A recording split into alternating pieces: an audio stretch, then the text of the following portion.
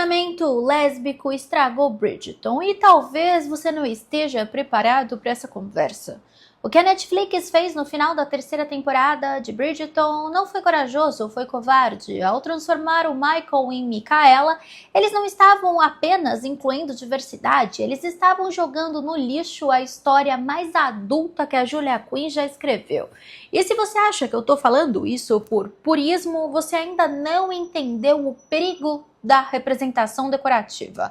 Se você prefere um roteiro bem escrito a um marketing bem feito, já deixa o seu like, porque hoje o arquivo é pesado. Oi, coroados e curiosos, eu sou a Steph e hoje a gente vai entrar num campo minado que eu adoro. Bridgerton, representação e narrativa. E a minha posição vai incomodar os dois lados do debate, o que, se você me conhece, sabe que é exatamente o lugar onde eu gosto de estar, vivendo perigosamente. Vamos estabelecer um ponto de partida que vai parecer óbvio, mas que metade dos debates sobre Bridgerton ignora. Sim, a série é, desde o primeiro episódio, um universo alternativo explícito. Não é uma reconstituição histórica, eu já dei minha opinião sobre isso, mas enfim. Não é um documentário sobre a regência inglesa, é uma fantasia da regência. É uma escolha criativa, deliberada, de pegar a estética, o vocabulário social e os rituais da alta sociedade inglesa no início do século XIX e reimaginá-los no mundo onde a integração de raças já aconteceu, onde pessoas negras ocupam posições de nobreza e poder que não existiam na Inglaterra histórica. Isso não é falta de rigor histórico, na minha cabeça é, mas enfim. Mas é uma escolha criativa. Eu acho péssima, mas é legítima, com consequências internas que precisam ser gerenciadas. Quando você cria um universo alternativo, você estabelece as regras desse universo. E quando você estabelece as regras, você precisa segui-las, ou pelo menos estar consciente de quando está quebrando elas e por quê. Bridgerton estabeleceu sua regra geral, e se a sociedade da regência não tivesse escravidão e fosse racialmente integrada, e construiu 3 temporadas em cima disso. Duques negros, a rainha negra, que não era, eu já fiz um vídeo sobre isso, e famílias negras na alta sociedade, funciona porque a série aplicou a licença criativa de forma coerente. O problema da Francesca e da Micaela não é um relacionamento lésbico, é que a série aplicou a licença criativa de forma inconsistente. Manteve as restrições históricas que convinha manter para a tensão dramática, ignorou as que eram inconvenientes da narrativa progressista e no processo destruiu a melhor história emocional que tinha disponível nos livros. Por conveniência, não por coragem. Quando ele era perverso, é o 6º livro da série Bridgerton, da Julia Quinn, e é consistentemente listado pelos fãs como um dos melhores, se não o melhor da saga. E é o melhor por um motivo específico, que não tem nada a ver com o romance em si. É o único livro da série que enfrenta de frente um tema adulto e doloroso que os romances de época raramente tocam, a infertilidade. Infidelidade não. No livro, a Francesca casa com o John Sterling, que morre cedo, um aneurisma cerebral rápido e devastador. Ela fica viúva jovem e ao longo dos anos, ela e Michael Sterling, o primo do John, que tinha se apaixonado pela Francesca antes mesmo do casamento dela com o John e que tinha guardado esse amor em silêncio por lealdade ao primo, desenvolvem um relacionamento que faz com que ela se case novamente. Até aí, arco romântico padrão da série. O que torna o livro diferente é o que vem depois. Eles querem muito ter filhos e não conseguem. O livro passa anos com eles tentando, perdendo, esperando, sofrendo, numa narrativa sobre infertilidade que os fãs descrevem como uma das poucas representações honestas e não sentimentalizadas dessa experiência em ficções de massa. Não é trauma decorativo, é uma história sobre 2 adultos tentando construir uma família e encontrando um limite que o amor não consegue resolver. O que a infertilidade da Francesca e do Michael representa no livro precisa ser bem explicado aqui. A Francesca vem de uma família onde fertilidade é tão abundante que ela quase funciona como uma piada recorrente da série. A família Bridgerton tem 8 filhos e praticamente todos os seus irmãos geram filhos com facilidade. A infertilidade da Francesca no contexto dessa família é duplamente cruel. Ela não apenas não consegue ter filhos, ela também se sente diferente num espaço em que os outros parecem conseguir com facilidade, o que para ela é impossível. A Julia Quinn usou a familiaridade do leitor com a família Bridgerton, construída ao longo de 5 livros, para tornar a dor da Francesca mais específica e mais cortante. A série de TV jogou fora 5 livros de contexto para construir esse momento e jogou fora a história que dependia desse contexto para funcionar. A showrunner, a Jess Browney, disse em entrevistas para Deadline, Teen Vogue e Glamour que sempre quis contar a história da Francesca como uma história lésbica desde a primeira temporada da série, porque ela é queer. E que decidiu fazer isso porque quando leu o livro se identificou com a sensação da Francesca de ser diferente sem saber o porquê. Isso é legítimo como ponto de partida criativo. O problema é que essa decisão exigiu destruir para se tornar viável. Quando você troca o Michael por Micaela, você elimina a história da infertilidade completamente. Uma história de infertilidade heterossexual pode ser integrada numa narrativa lésbica, mas exige outro arco, outras escolhas, outra estrutura e um compromisso narrativo que a série claramente não está disposta a fazer.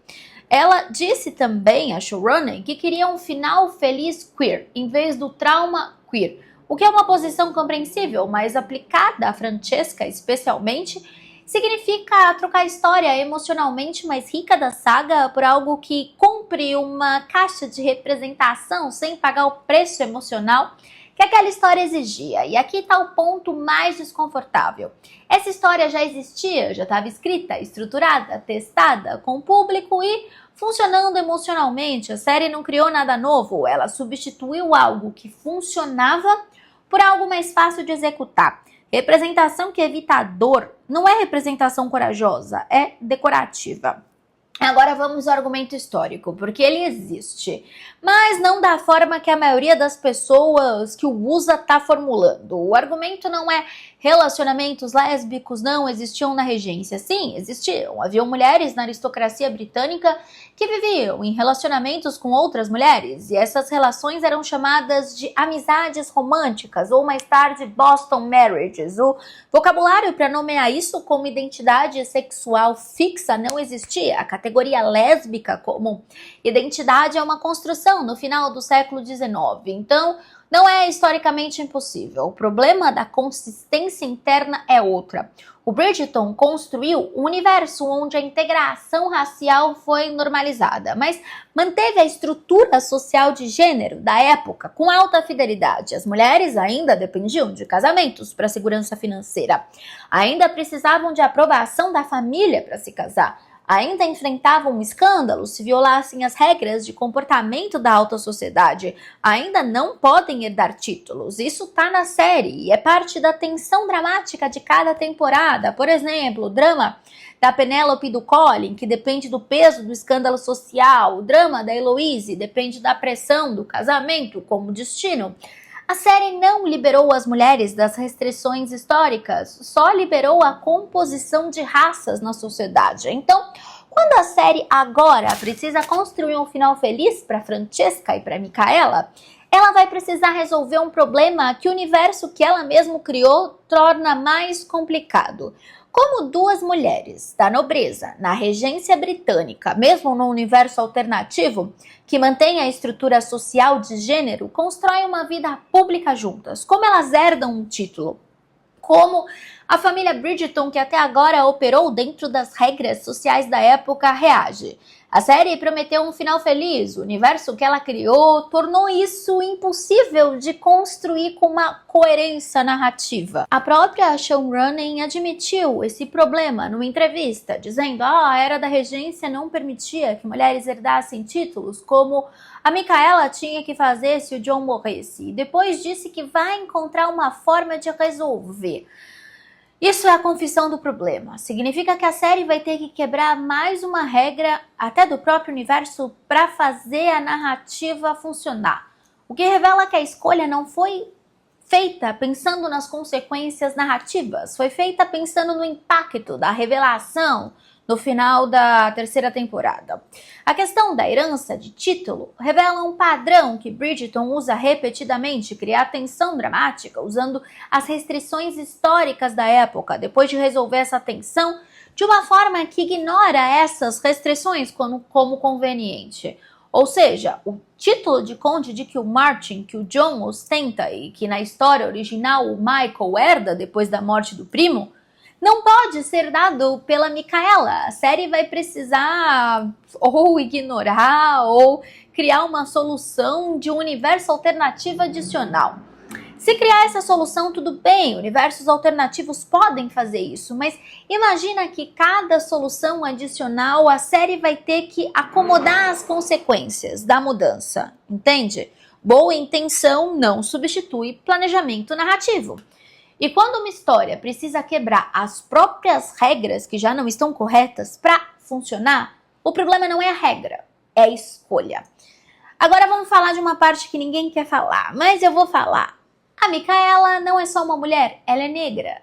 E essa escolha específica de tornar o primeiro grande romance lésbico de Bridgerton um romance entre uma mulher branca e uma negra merece ser questionada, não porque é errada, mas porque coloca duas cargas de representação na mesma relação ao mesmo tempo. É a série dizendo duas coisas: a Francesca é lésbica e o interesse dela é numa mulher negra, de uma forma em que as duas histórias competem pelo mesmo espaço emocional, de vez de cada uma ter o espaço que merece. Não é que não possa existir uma história de amor lésbico interracial em Bridgerton? Pode, e até seria bom para a questão da... Até esqueci o nome do povo que fala, ai, precisa de representatividade, blá, blá, blá. A questão é se essa foi a melhor forma de introduzir na história. Num único momento de revelação no final de uma temporada que nem era sobre a Francesca, com uma personagem que tinha menos de 10 minutos de tela, deixando a audiência e a própria personagem sem espaço para processar a complexidade do que estava sendo proposto. A série usou a Micaela como bomba de revelação e não como personagem. E quando você usa uma mulher negra como bomba de revelação numa série sobre amores da nobreza, você está fazendo algo que merece mais reflexão do que a recepção que ficou entusiasmada sugeriu. Quando tudo isso acontece ao mesmo tempo, nada disso tem tempo de acontecer direito. Tá, deu pra entender. A atriz que faz a Micaela é uma escolha ativa e pensada, é uma atriz super talentosa, não um recrutamento qualquer. Mas a personagem que ela tem até agora é quase que inteiramente definida pelo efeito que ela causa na Francesca. A Micaela existe para fazer a Francesca gaguejar, para revelar uma sexualidade, para servir o arco de outra pessoa. Se a série vai dar a Micaela uma história própria, um interior, uma complexidade que não seja derivada da relação com a Francesca, tudo bem, mas no estado atual ela é um instrumento. E instrumento é ser o oposto de uma representação. Ou seja, a série usou uma mulher negra como bomba de revelação para a sexualidade de uma mulher branca. Se isso é representação, é a versão mais conveniente, menos trabalhosa possível. E aqui está a ironia, que a showrunner parece não ter percebido ou não quis usar. A regência britânica tem exemplos documentados de mulheres que viviam um relacionamento com outras mulheres dentro da aristocracia. E essas histórias são muito mais interessantes do que uma fantasia de final feliz sem tensão social. O caso mais famoso é das Ladies of Longondelaine, Lady Eleanor Butler e Sarah Ponsonby, duas aristocratas irlandesas que fugiram das famílias em 1778, foram recapturadas, fugiram de novo e passaram 50 anos vivendo juntas numa casa no país de Gales. Foram visitadas pelos maiores intelectuais e poetas da época. A sociedade as chamava de amizade romântica e fingia não entender o que era óbvio, porque chamá-las de amantes teria exigido lidar com as consequências. Elas existiam num espaço de tolerância ambígua. Eram excêntricas, estavam juntas, e a aristocracia britânica da época resolveu admirá-las em vez de destruí-las, porque destruir duas damas de boa família teria sido mais inconveniente do que aceitar a anomalia. Essa história de duas mulheres que constroem uma vida juntas dentro das restrições de uma sociedade que não tem vocabulário para o que elas são, que navegam entre a tolerância condicionada da aristocracia e vivem num espaço de visibilidade codificada e indivisibilidade deliberada é a história que Bridgerton podia ter contado. É a história que teria sido historicamente fundamentada, dramaticamente rica e teria tratado a sexualidade da Francesca com a complexidade que merece. Ao invés disso, a série prometeu um final feliz, sem trauma, numa sociedade que, mesmo no universo alternativo de Bridgerton, ainda mantém as estruturas de poder de gênero. Então, qual é a pergunta certa sobre o romance da Francesca e da Michaela? Não é pode ou não pode haver um relacionamento lésbico em Bridgerton? Pode, deveria poder. A questão é, essa versão específica dessa história, feita dessa forma, com essas escolhas de casting e narrativa, servindo a esses objetivos específicos, é uma escolha criativa que tratou o material com a seriedade de que ele merece? E a resposta que a gente tem, com base no que a gente tem até agora, é não. A série tomou o caminho mais fácil em todas as escolhas, trocou a história emocionalmente mais rica que tinha disponível por uma história que entrega o momento de revelação sem o custo narrativo. Usou uma mulher negra como dispositivo de revelação para a sexualidade de uma mulher branca, sem dar a essa mulher negra uma história própria. Prometeu um final feliz queer, sem estar disposta a construir a complexidade que tornaria esse final feliz convincente dentro das regras do universo de Bridgerton. E fez tudo isso enquanto se apresentava como ato de coragem criativa, quando a coragem criativa seria contar a história da infertilidade, que é a história que a maioria das séries de época não está disposta a contar. Bridgerton pode se redimir disso na 5ª temporada, a gente espera, que ela vai se concentrar na Francesca e na Michaela. Se der a Michaela uma interioridade real, se construir a complexidade histórica em vez de ignorá-la, se contar a história de duas mulheres navegando as restrições de um mundo que não tem espaço para elas, pode ser excelente, o potencial tá lá. A questão é se a série tem coragem criativa para executar o potencial ou vai continuar tomando o caminho mais fácil e se congratulando por ter tomado. Representação que evita a dificuldade não é corajosa, é conveniente. E Bridgerton, que foi corajosa nas escolhas raciais desde o primeiro episódio, deve à audiência e às histórias reais que está usando como inspiração, mais do que conveniência com boa intenção. Então, o que eu acho que a série deveria ter feito? Podia ter mantido Michael como Michael e contado a história de infertilidade, que é a história mais corajosa disponível nos livros. Podia ter dado o relacionamento lésbico a outro personagem. A própria showrunner mencionou que a Eloise e o Benedict eram candidatos naturais e por razões narrativas específicas até fariam mais sentido.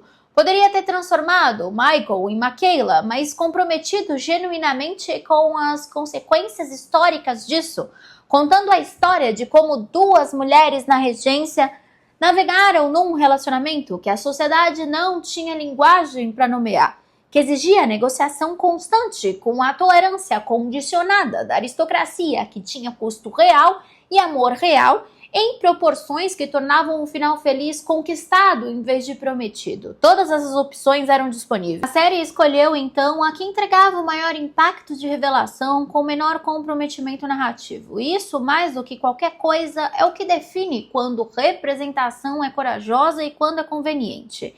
No fim, não é sobre ser contra ou a favor da mudança, é sobre reconhecer quando uma escolha narrativa é profunda e quando ela só é conveniente com boa intenção. E se você quer continuar tendo conversas que a maioria dos criadores de conteúdo não está disposta a ter sobre narrativa, representação, sobre o que realmente significa contar uma história com rigor, se inscreve no canal, ativa o sininho e vem ser membro. Nós temos vídeos todos os dias, às 8 horas da noite. Um beijo grande e até o próximo Steph Flix.